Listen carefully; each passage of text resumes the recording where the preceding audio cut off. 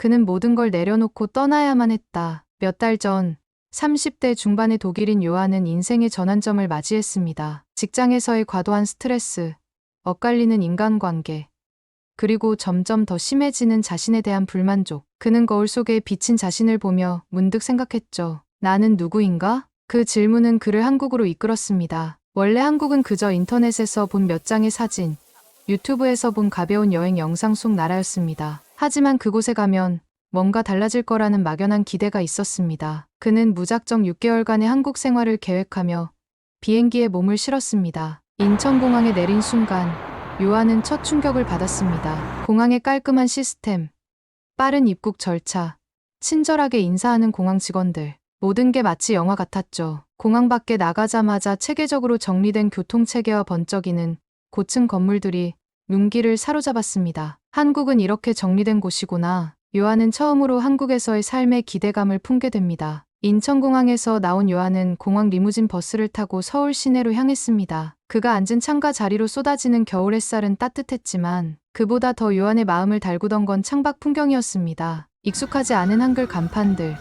잘 정비된 도로 위를 질서 정연하게 달리는 차량들, 그리고 패딩을 입고 바쁘게 걸어가는 사람들, 모든 것이 새로웠습니다. 버스는 서울역 근처에서 멈췄고 요한은 미리 예약해둔 게스트하우스로 향했습니다. 게스트하우스는 골목 안쪽에 자리 잡고 있었는데 골목 양옆으로 늘어선 작은 식당과 가게들은 그에게 묘한 매력을 느끼게 했습니다. 방에 짐을 풀고 조금 쉬려던 요한은 한국의 밤이 너무 궁금했습니다. 그날 저녁, 그는 거리로 나가 간단히 저녁을 먹기로 결심했죠. 하지만 식당의 메뉴판은 전부 한글로만 되어 있었고 종업원은 그가 영어로 물어볼 때마다 당황한 얼굴로 웃기만 했습니다. 이렇게 될 줄 알았으면 한글이라도 조금 배워올 걸. 그는 약간 긴장했지만 결국 종업원의 추천을 따라 불고기를 주문했습니다. 음식이 나오고 한 입 먹는 순간 요한의 표정은 밝아졌습니다. 맛있는 불고기 한 점에 쌈장을 살짝 찍어 상추에 싸 먹으니 이내 모든 걱정이 사라졌죠. 와,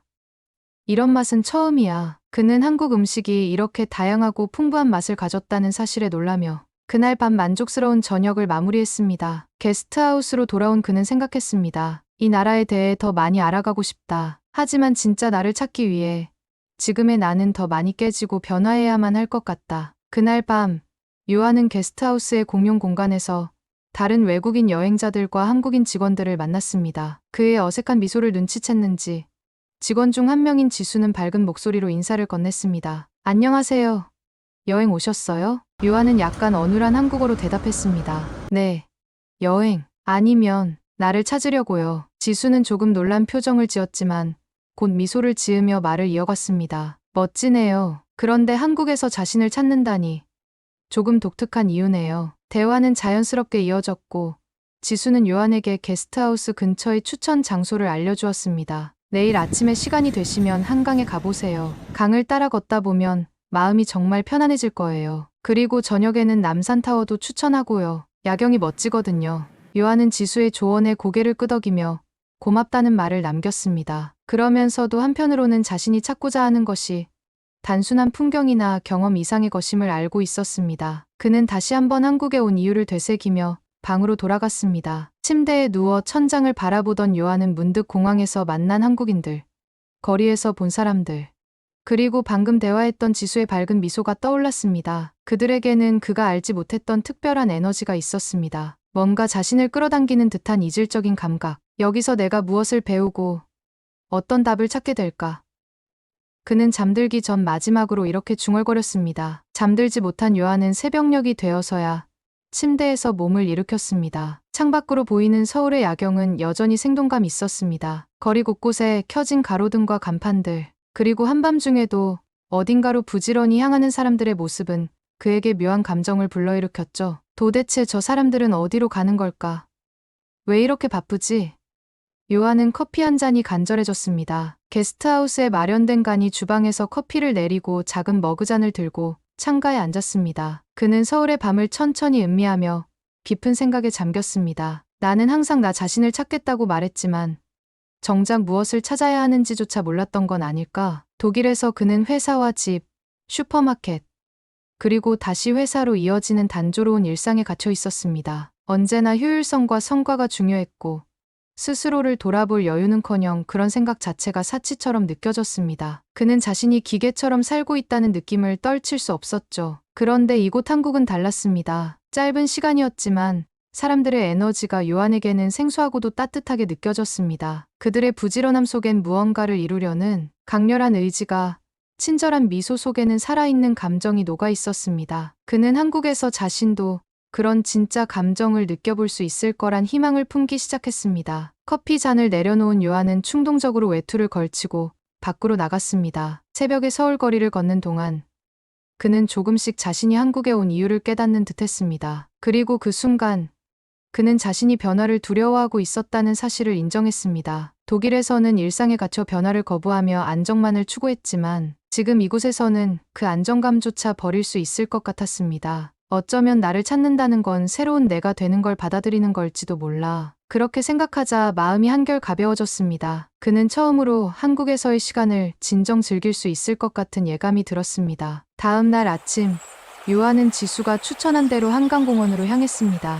여유롭게 강변을 따라 걷는 사람들, 자전거를 타며 활기차게 움직이는 사람들을 보며 그는 문득 여기는 무언가 다르다는 생각이 들었습니다. 독일에서도 공원은 많았지만 이곳의 분위기는 뭔가 특별했습니다. 사람들이 단순히 쉬는 것뿐만 아니라 삶을 적극적으로 즐기고 있다는 느낌이 들었죠. 걷다가 목이 말라 편의점에 들른 요한은 또 한 번 놀랐습니다. 편의점 안에는 다양한 종류의 음료와 간편식이 가득했고 모든 것이 깔끔하고 정돈되어 있었습니다. 특히 따뜻한 음료를 바로 구매할 수 있는 시스템은 그에게 신선한 충격이었습니다. 이런 곳이 독일에도 있으면 정말 편리할 텐데 그는 감탄하며 따뜻한 캔커피를 손에 쥐었습니다. 그날 오후 그는 지수가 추천한 남산타워를 방문하기로 했습니다. 케이블카를 타고 올라가며 창밖으로 펼쳐지는 서울의 전경에 넋을 잃은 요한은 한국이라는 나라가 단순히 현대적이고 빠른 도시의 이미지뿐만 아니라 자연과 어우러진 매력을 품고 있다는 사실에 깊이 감명받았습니다. 특히 남산타워에 도착해 연인들이 걸어놓은 자물쇠들을 보며 그는 한국인들이 자신들의 감정을 표현하는 방식이 서구와는 다르면서도 매우 따뜻하다고 느꼈습니다. 그러나 이날 저녁, 요한은 예상치 못한 문제에 직면하게 됩니다. 저녁 식사로 한국의 대표 음식인 김치찌개를 시도했는데 매운맛에 익숙하지 않았던 그는 몇 입도 채 먹지 못하고 땀을 뻘뻘 흘리며 당황했습니다. 주변 사람들은 웃으며 괜찮냐라고 물었지만 요한은 부끄러움에 얼굴이 빨개졌습니다. 왜 이렇게 매운 음식을 먹을까?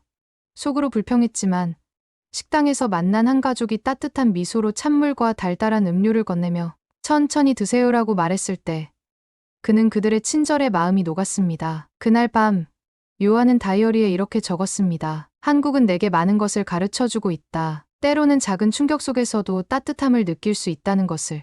이곳에서 나는 내가 진짜 원하는 삶의 방식을 배울 수 있을지도 모르겠다. 남산타워에서의 여운이 가시기도 전에 요한은 자신이 더 많은 한국 문화를 경험해보고 싶다는 강렬한 욕구를 느꼈습니다. 다음 날 그는 근처 전통시장을 방문하기로 결심했습니다. 시장 입구에 들어서자마자 펼쳐진 풍경은 그야말로 압도적이었습니다. 김이 모락모락 나는 떡볶이, 바삭하게 튀겨진 핫도그, 그리고 그가 본 적도 없는 다양한 재료들. 이곳은 마치 감각의 축제와도 같았습니다. 한 작은 분식집 앞에서 그는 용기를 내어 떡볶이를 주문했습니다. 매운 음식을 잘 못 먹는 자신이었지만 여기서는 새로운 것을 시도해야 해라고 스스로를 다독였습니다. 떡볶이를 한 입 베어 물자 입안에 퍼지는 달고 매운맛이 처음엔 당황스러웠지만 곧 중독처럼 그를 사로잡았습니다. 주인 아주머니는 그가 외국인이라는 것을 알아채고 웃으며 물었습니다. 외국 사람인데 매운 거 괜찮아? 요한은 어설픈 한국어로 대답했습니다. 조금 맵지만 맛있어요. 그의 대답에 주인 아주머니가 활짝 웃으며 어묵 국물까지 건네주었을 때 그는 한국의 따뜻한 정이란 무엇인지 조금은 알 수 있을 것 같았습니다. 며칠 후 요한은 우연히 서울 시내에서 열리는 전통차 체험 프로그램에 참여하게 됩니다. 다도 선생님은 그에게 한국의 차 문화와 차를 마시는 예절을 설명해 주었고 요한은 그것이 단순히 차를 마시는 것이 아니라 마음을 정리하고 상대방을 존중하는 방식이라는 걸 깨달았습니다. 차를 마시는 동안 선생님이 한 말은 그에게 깊은 울림을 주었습니다. 차는 천천히 마셔야 합니다. 너무 빨리 마시면 맛을 느낄 수 없죠. 삶도 마찬가지예요. 느리게, 천천히 가면서 자신을 돌아보세요. 요한은 그 말을 마음속에 깊이 새기며 고개를 끄덕였습니다. 그날 밤, 요한은 자신이 겪은 소소한 순간들을 되새기며 생각했습니다. 이곳 사람들은 단순히 살아가는 것이 아니라 순간을 음미하며 살아가고 있어. 이건 내가 독일에서 잊고 지내던 부분이야. 나도 그걸 배울 수 있겠지? 그는 자신 안에서 조용히 무언가 변화하고 있음을 느꼈습니다. 다도 체험 후 요한은 자신도 모르게 조금씩 삶의 속도를 늦추고 있었습니다. 아침마다 여유롭게 한강공원을 산책하며 따뜻한 캔커피를 마시는 것이 그의 새로운 루틴이 되었고, 지나가는 사람들의 얼굴을 보며 그들의 활기와 일상에서 소소한 행복을 찾아가는 모습을 유심히 관찰했습니다. 어느 날 요한은 게스트하우스에서 만난 지수와 함께 북촌 한옥마을을 방문했습니다. 지수는 요한에게 전통 한옥의 구조와 그 안에 담긴 철학을 설명하며 한국 문화가 어떻게 자연과 조화를 이루고 있는지를 알려주었습니다. 여기 보세요, 요한. 이 문들은 모두 자연광이 들어올 수 있도록 설계되어 있죠. 이런 공간에서 생활하면 자연스럽게 마음도 차분해지고 여유로워져요. 요한은 한옥의 따뜻한 나무 향과 조용한 분위기에 감탄하며 고개를 끄덕였습니다. 마을을 걷다 보니 한복을 입고 사진을 찍는 외국인 관광객들이 눈에 들어왔습니다. 지수는 농담 삼아 말했습니다. 요한, 한복 입어볼래요? 잘 어울릴 것 같은데요. 처음엔 망설였지만 그는 이 제안을 받아들이기로 했습니다. 한복을 입고 거울을 보며 그는 약간 어색한 웃음을 지었지만 한편으론 새로운 자신을 발견한 듯한 묘한 기분이 들었습니다. 한복 차림으로 북촌 골목을 걷는 동안 요한은 자신이 한국 문화를 점점 더 깊이 이해하고 있다는 생각에 뿌듯함을 느꼈습니다. 저녁에는 지수가 추천한 작은 전통 음식점을 찾았습니다. 창 위에 가득 놓인 다양한 반찬들은 요한에게 또 다른 문화적 충격을 주었습니다. 이거 모두 무료로 주는 거야? 요한은 믿기 힘들다는 듯 물었고, 지수는 웃으며 대답했습니다. 응. 한국에서는 반찬이 기본이에요. 이게 한국인의 정이죠. 요한은 각각의 반찬을 조심스럽게 맛보며 그 안에 담긴 정성과 다양한 맛에 감탄했습니다. 식사 후 요한은 지수에게 물었습니다. 왜 한국 사람들은 이렇게 서로에게 친절할까? 나 같은 외국인에게도 정말 따뜻하게 대해주는 걸 보면 놀라워. 지수는 잠시 생각하더니 이렇게 답했습니다. 아마도 우리가 가진 문화 때문일 거예요. 우리는 함께 살아가는 걸 중요하게 여기거든요. 그래서 낯선 사람이라도 우리 집에 온 손님처럼 대하려고 해요. 그 말은 요한에게 깊이 박혔습니다. 같이 살아간다는 개념은 독일에서의 개별적인 삶과는 전혀 달랐습니다. 요한은 그 차이를 느끼며 자신이 조금씩 이 새로운 방식의 삶에 스며들고 있음을 깨달았습니다. 한국에서의 생활이 익숙해지기 시작하던 어느 날, 요한은 뜻밖의 어려움에 직면하게 됩니다. 그날은 지수가 소개해준 친구들과 함께 홍대의 한 레스토랑에서 만남을 가지기로 한 날이었습니다. 모두가 밝은 분위기 속에서 대화를 나누고 있었지만 요한은 한국어를 완전히 이해하지 못해 점점 대화에서 소외감을 느끼기 시작했습니다. 사람들이 웃고 떠드는 사이 그는 자신이 여기에 끼어들 수 없는 이방인처럼 느껴졌습니다. 나는 여기 있어도 아무도 내가 무슨 생각을 하는지 궁금해하지 않는 것 같아. 이 생각은 그의 마음을 짓누르며 자신이 한국에서 쌓아온 모든 경험과 관계가 가짜처럼 느껴지게 만들었습니다. 그날 밤, 요한은 방으로 돌아와 홀로 머리를 감싸주며 중얼거렸습니다. 나는 아무리 노력해도 이 문화에 완전히 어울릴 수 없을 거야. 결국 나는 외국인일 뿐이야. 그는 한동안 우울함 속에 빠져 있었지만 우연히 지수가 보낸 메시지가 그의 휴대폰에 도착하며 모든 것이 달라지기 시작했습니다. 요한, 오늘 많이 힘들었죠? 솔직히 말해서 우리가 한국어로만 대화한 건 조금 무례했어요. 그런데도 당신이 우리와 함께 있어 주어서 고마워요. 다음엔 더 배려할게요. 한국에서는 언어를 완벽하게 몰라도 사람의 진심을 느끼는 게 중요해요. 너무 자책하지 말아요. 이 짧은 메시지는 요한에게 따뜻한 위로가 되었고 동시에 그를 깊은 고민에 빠뜨렸습니다. 진심이라 내가 이곳에서 진정으로 찾고 있는 것도 그런 것이었을까? 그는 자신의 감정과 한국에서의 경험들을 다시 돌아보기 시작했습니다. 며칠 뒤, 그는 용기를 내어 한국어 학원에 등록했습니다. 더 이상 소외감을 느끼고 싶지 않았고, 이 나라와 더 깊이 연결되고 싶었습니다. 학원에서 만난 다양한 외국인 친구들과 함께 공부하며, 그는 자신만 이런 어려움을 겪고 있는 것이 아니란 사실을 알게 되었습니다. 한 동료가 말했습니다. 여기선 완벽할 필요가 없어요. 단지 노력하고 있다는 걸 보여주는 것만으로도 사람들이 당신을 인정해 줄 거예요. 그 말은 요한의 마음속에 깊이 새겨졌습니다. 그는 한국어를 배울 뿐만 아니라 한국 사람들이 가진 긍정적인 태도와 살아가는 방식을 이해하려 노력하기 시작했습니다. 그러던 중 그는 또 한 번의 전환점을 맞이합니다. 우연히 초대받은 한 전통 혼례 행사에서 그는 한국에 깊이 있는 전통과 공동체의 가치를 느꼈습니다. 신랑과 신부를 중심으로 모여 서로의 행복을 빌어주는 사람들을 보며 그는 자신이 이곳에서 추구하는 것이 단순히 자아 발견이 아니라 관계와 연결 속에서 새로운 자신을 만들어가는 것임을 깨달았습니다. 요한은 스스로에게 다짐했습니다. 나는 나 자신을 찾으려 여기에 왔지만 이제는 이 문화를 배우고 내 안에 새로운 나를 만들어가고 싶다. 요한은 지수의 메시지를 읽고 나서도 한동안 마음이 복잡했습니다. 내가 진심을 보여준다는 게 뭘까? 나도 진심으로 이곳 사람들과 연결되고 싶었는데 결국은 혼자였어. 그는 자신의 한계가 한국어 부족이나 문화적 차이 때문이라고 생각했지만 깊이 들여다보니 그것은 단순히 외적인 문제가 아니었습니다. 다음 날 요한은 한강을 따라 걷다가 우연히 노을이 지는 장면을 보게 되었습니다. 붉게 물든 하늘 아래 강가에서 돗자리를 깔고 가족이나 친구들과 함께 시간을 보내는 사람들의 모습이 눈에 들어왔습니다. 그들의 모습은 요한에게 자신이 독일에서 느끼던 외로움과 완전히 대조적으로 다가왔습니다. 왜 저 사람들은 저렇게 함께 있는 것만으로도 행복해 보일까? 그는 그 순간 깨달았습니다. 자신이 지금까지 한국에서 만난 사람들과 소통하려 했던 방식은 그들과 연결되기보다는 스스로를 입증하려는 데에 집중되어 있었습니다. 요한은 자신의 진심을 보여주려 하기보다는 완벽한 모습을 보여주고 싶어 했던 것입니다. 그는 과거를 돌아봤습니다. 독일에서의 삶은 늘 완벽함과 성과를 추구하는 연속이었습니다. 직장에서의 평가, 사회적 지위, 그리고 타인의 기대 속에서 그는 진짜 자신의 감정이나 생각을 표현하기보다는 항상 괜찮은 사람으로 보이려 애썼습니다. 그런데 한국에서는 특히 지수와 그 친구들처럼 자신을 환영해준 사람들 앞에서도 그는 또다시 그 패턴을 반복했던 것입니다. 요한은 처음으로 자신이 두려워했던 것이 무엇인지 명확히 알게 되었습니다. 그는 실패를 두려워했고 자신이 불완전하게 보이는 것을 두려워했습니다. 하지만 이곳 사람들은 그런 요한에게도 진심으로 손을 내밀었고 그는 그것을 받아들일 준비가 되어 있지 않았던 것입니다. 그날 밤 그는 지수에게 다시 메시지를 보냈습니다.